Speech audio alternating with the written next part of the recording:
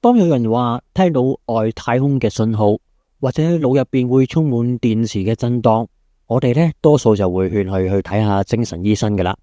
但如果佢嘅理論能夠改變呢個世界，我哋呢就會立時稱佢為一個天才。呢個唔係一個開緊嘅玩笑，而係現實嘅矛盾。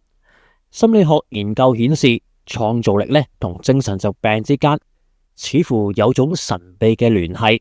瑞典嘅卡羅林斯卡學院分析超過100萬人嘅精神健康記錄，發現藝術工作者，尤其係作家，患上精神分裂症或者係躁鬱症嘅風險，遠比其他人係高嘅，部分呢甚至高達2至3倍。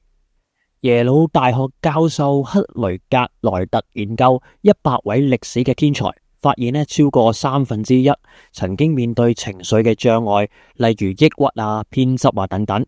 今日我哋就講講3個介乎天才同埋瘋子邊緣嘅傳奇人物，探索佢哋傳奇嘅故事。有約翰科比斯拿殊，佢係一個數學同埋幻覺交織嘅博弈論之父。尼古拉特斯拉係一個偏執嘅天才。